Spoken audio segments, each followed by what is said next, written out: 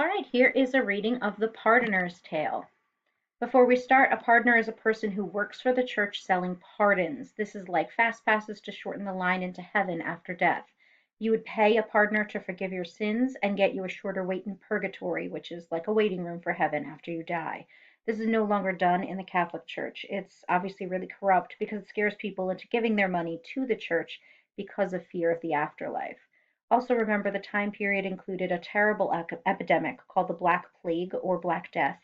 In today's COVID-19 world, we can understand some of the fear and panic about death that the story discusses.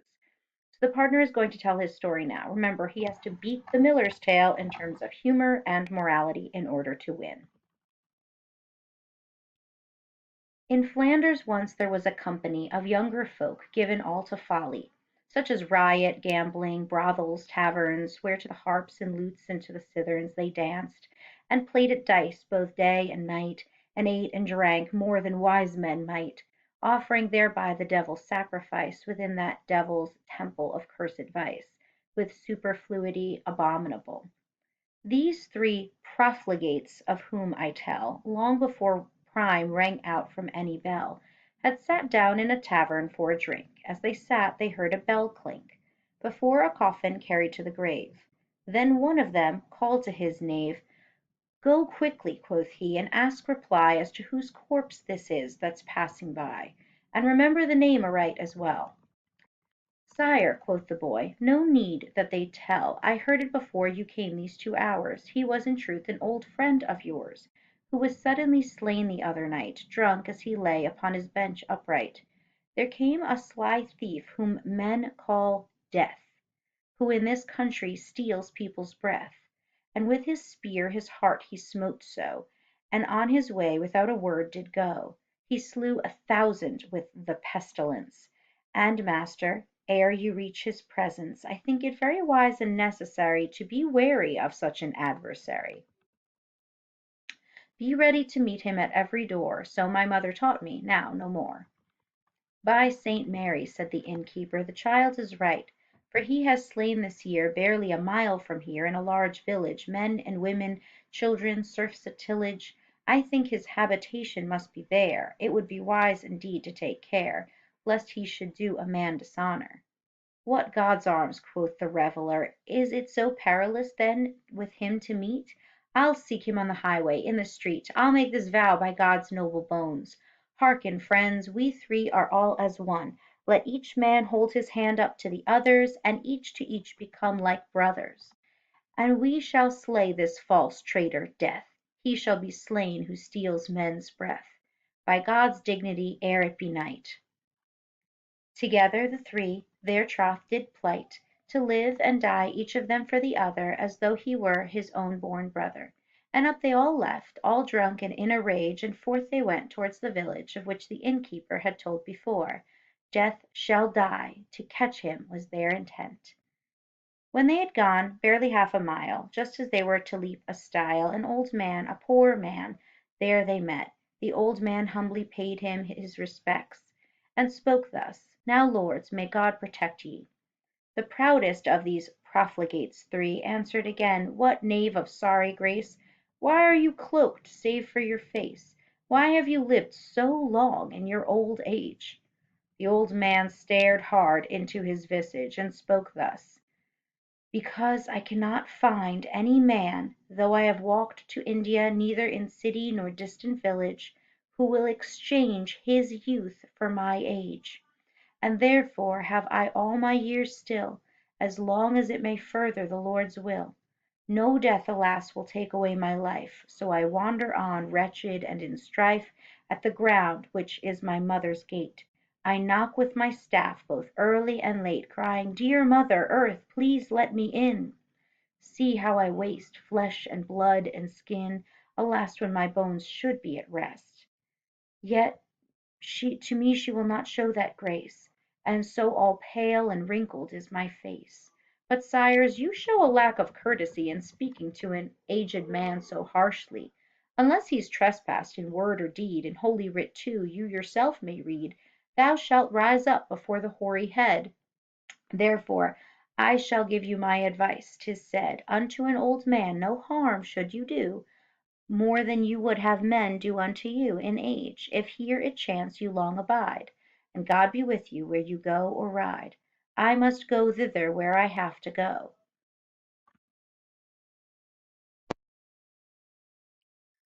Nay, old churl, by God, you shall not so, cried the other profligate anon. You spoke just now of that traitor Death, who in this country steals away men's breath.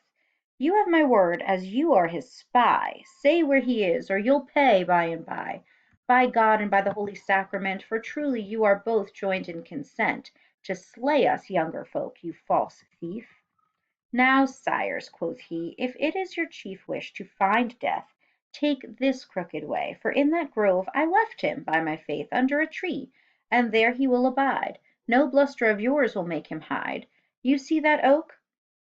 And just there you shall him find. So said the aged man, and every one of the profligates then ran till they came to the tree, and there they found a florins fine of gold new coined and round, well nigh 8 bushels was what they thought. No longer then after Death they sought, but each of them was so pleased at the sight, since the florins gleamed so fair and bright, that down they sat beside the precious hoard. The wickedest of them spoke the first word. "Brethren," quoth he, "take note of what I say. My wit is great, though I may jest and play. This treasure now to us has Fortune given, in mirth and jollity our life to live. Then, lightly as it comes, so shall we spend. Now might this gold be carried from this place home to my house, or else to yours. For now you shall see that this gold is ours. Then would we be in high felicity. Yes, certainly, by day that might not be. Men would say that we were thieves all along, and for our own treasure have us hung. This treasure must be carried off by night as carefully and cunningly as we might. So I suggest that lots among us all we draw, and see how the lots may fall. And he of the short straw, with heart blithe, shall run to town and swift and lithe, and bring us bread and wine secretly, and 2 of us will guard cunningly this treasure well, and if he not tarry, when it is night, then we shall this treasure carry by our consent wherever we think best. Then one of them held the straws in his fist, and bade them draw, see how the lots might fall. The shortest fell to the youngest of them all, and forth towards the town he ran anon. And as soon as ever he was gone, one of them spoke thus to the other: You know that you are my sworn brother. I'll tell you where the profit lies anon. You know that our fellow is clean gone, and here is gold, and that in great plenty, which is to be shared among us 3.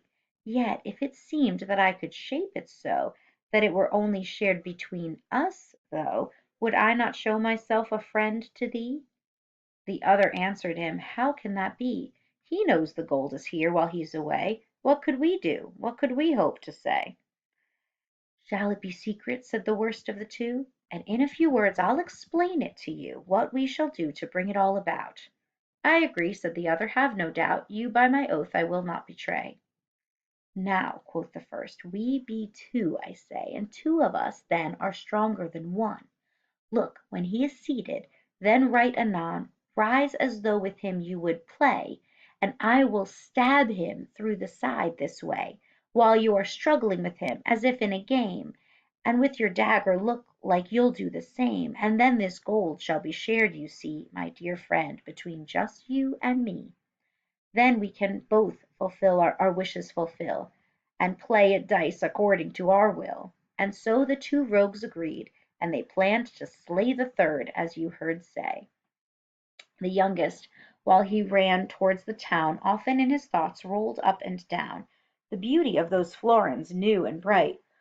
O Lord, quoth he, if only that I might have all this treasure for myself alone! There is no man that lives beneath the throne of God who would live as merry as me. And at last the fiend, our deadly enemy, put in his thoughts that he should poison buy, with which to slay his fellows by and by, because the fiend found his way of living was such he'd power to set him sorrowing. For this was wholly his complete intent, to kill them both, and never to repent. And off he went, no longer would he tarry, into the town and to an apothecary, and requested of him that he sell his poison a host of rats to quell, and he would take revenge if he might on vermin that stole from him at night. The apothecary answered, "You'll take away a compound that, as God my soul may save, is such that in all the world there's no creature that has eaten or drunk of this mixture merely the quantity of a grain of wheat, who did not his life at once forfeit.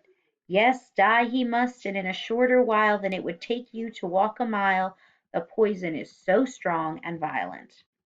The cursed wretch then swiftly went, with his poison in a box in his hand, to the neighbouring street to a man from whom he borrowed large bottles three, and into two the poison then poured he, and the third he left empty for his drink.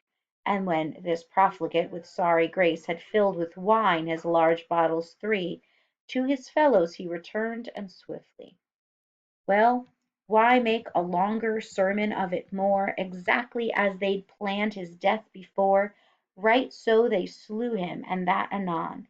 And when it was done, thus spoke the one: "Now let us sit and drink and be merry, and afterwards we will his body bury." And with those words he chanced alas to seize a bottle where the poison was, and drank and drank, and poured his friend a drink too, so that they died, both of them the two. Thus died both these homicides we know, and then the traitorous poisoner also. That concludes the pardoner's tale. Now, immediately after telling his tale, the pardoner jumps into a speech. The speech causes a fight between the pardoner and the host, and the knight resolves this conflict. Listen to or read part two to hear the ending of the pardoner's tale with this pardoner's speech. So tune back in for part two.